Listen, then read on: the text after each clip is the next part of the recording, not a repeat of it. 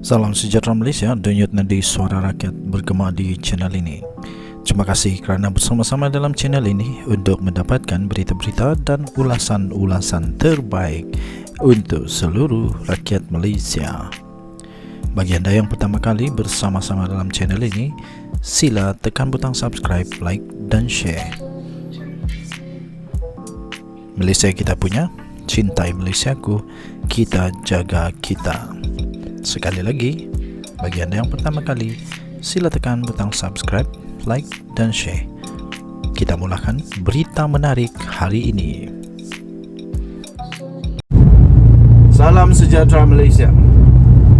Isu tentang derhaka kepada agung dan raja-raja menguasai hampir semua media sosial beberapa hari ini. Sepanjang minggu lalu, semua bercakap tentang Hadi Awang. Hadi Awang yang telah membuat Ketua Hal Ehwal Agama Islam Malaysia, Melayu Islam Malaysia, Sultan Sarafuddin, iaitu Sultan Selangor, berasa duka cita kerana baginda berasa ada unsur penghinaan kepada raja-raja Melayu daripada Hadi Awang. Dalam surat yang dilihat itu, buat julung kalinya, buat pertama kalinya, surat daripada istana, daripada baginda Sultan Selangor itu dengan secara khususnya menamakan nama Hadi Awang. Selama ini raja-raja Melayu bila dia bertitah, bila baginda-baginda bertitah, tidak ada nama khusus yang disebut, hanya secara umum. Tapi kali ini buat pertama kalinya nama Hadi Awang disebut. Kemudian apa lagi? Kemudian heboh juga tentang bagaimana Taqiyuddin dan Hasan Karim yang seolah-olah mempertikaikan titah diraja daripada agung.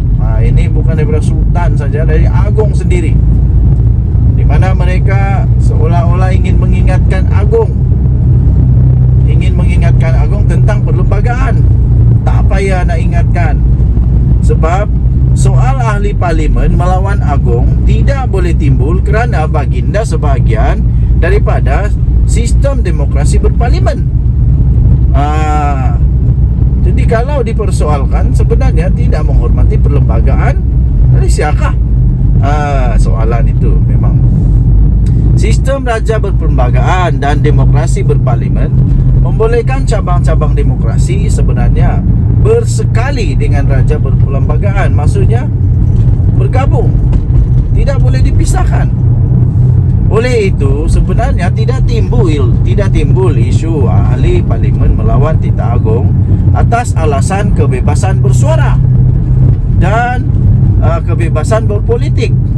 Kata pakar perlembagaan Institut Antarabangsa Pemikiran Islam dan Tamadun Islam ISTAC dari Universiti Islam Antarabangsa, iaitu Profesor Datuk Dr. Wan Ahmad Fauzi Wan Hussein. Jadi cyber trooper yang entah sampai mana aja pengetahuan tentang undang-undang itu, lebih baik diamlah, tutup mulut kamu, sebab kamu tidak tahu apa-apa tentang undang-undang. Bagus diam saja. Bagus cerita tentang pilot pergi memancing kah, itu okey. Jadi kalau nak ulas tentang undang-undang kah, tak payahlah, kamu bukan ahli undang-undang pun.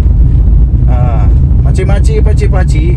Kalau mau percaya kepada orang, percayalah yang betul-betul bijak, bukan yang hanya berlakon jadi bijak, bercakap macam pandai tapi rupanya tak tahu apa pun. Contohnya bila kita dengar daripada seorang profesor yang memang pakar dalam perlembagaan, itu yang kita percaya, itulah yang kita ikut, sebab dia ada latar belakang yang bagus tentang apa yang dia cakap. Begitu. Janganlah percaya kepada ahli politik yang tak ada apa-apa tentang perlembagaan, undang-undang. Bukan saya tentang undang-undang, tapi itu pula yang dipercaya sesungguhnya. Tidak boleh ada ahli parlimen sebenarnya yang menyanggah titah yang di-Pertuan Agong secara terbuka. apatah lagi secara tidak beradab kerana ia merendahkan raja Raja berdaulat negara. Itu kata profesor itu. Bayangkan itu dikatakan oleh pakar perlembagaan ini. Tidak boleh ahli parlimen menyangga titah yang di Pertuan Agong sebenarnya ya. Secara terbuka, apatah lagi dengan cara yang tidak beradab. Maksudnya apa? Biadab. Kerana ia sebenarnya sedang dalam seolah-olah sedang merendahkan Raja berdaulat negara. Beliau juga berkata, masalahnya kebanyakan ahli parlimen melihat perlembagaan persekutuan dari sudut pandangan Westminster. Di Malaysia, yang setuju dengan undang-undang atau enactment ialah Raja atau yang di Pertuan Agong sebagai the maker. Ini bezanya dengan England yang kedaulatan rakyat utama dan mengatasi kuasa raja atau Ratu England. Berbeza di Malaysia dengan di England. Jangan samakan. Inilah bila cyber trooper bercakap, dia macam nombor 1 tapi tak tahu apa pun. Dia cuba buat pandangan, dia cuba buat satu kesimpulan, dia cuba buat satu naratif yang membingungkan rakyat sehingga rakyat percaya bahawa itu tak bersalah, tapi sebenarnya tak baik. Bukanlah berdosa ke apa, tapi tak baik, tak beradab. Mana boleh. Ini pakar yang cakap tahu. Dia kata, di negara ini kedaulatan raja membentuk sistem demokrasi berparlimen, kata beliau dalam satu wawancara eksklusif Berita Harian. Beliau mengakui bahawa Malaysia mempunyai kuasa undang-undang khusus seperti Akta Hasutan untuk melindungi kedudukan raja. Untuk menambah baik keadaan ini, beliau mencadangkan penubuhan Suruhanjaya Kedaulatan Raja-Raja dan Negara untuk tujuan pemantauan yang lebih berkesan. Saya setuju, supaya tidak ada lagi yang menunggang-nunggang yang sanggup mengganggu gugat 3R di Malaysia ini. Jangan sekali-sekali. Kita jaga keharmonian negara kita. Jadi beliau berkata, Suruhanjaya Kedaulatan Raja-Raja dan Negara perlu diwujudkan bagi memantau setiap perkara yang membabitkan kedaulatan raja dan negara. Beliau juga kata, Suruhanjaya boleh memantau dan merujuk perkara tersebut kepada penguatkuasa jika ada pelanggaran. Beliau turut memberikan nasihat kepada blok pembangkang dalam konteks isu yang dibincangkan. Beliau berkata, pembangkang hendaklah bersama kerajaan menegakkan kedaulatan undang-undang, iaitu kedaulatan raja sebagai pemegang amanah Allah, dan keduanya prinsip keluhuran perlembagaan.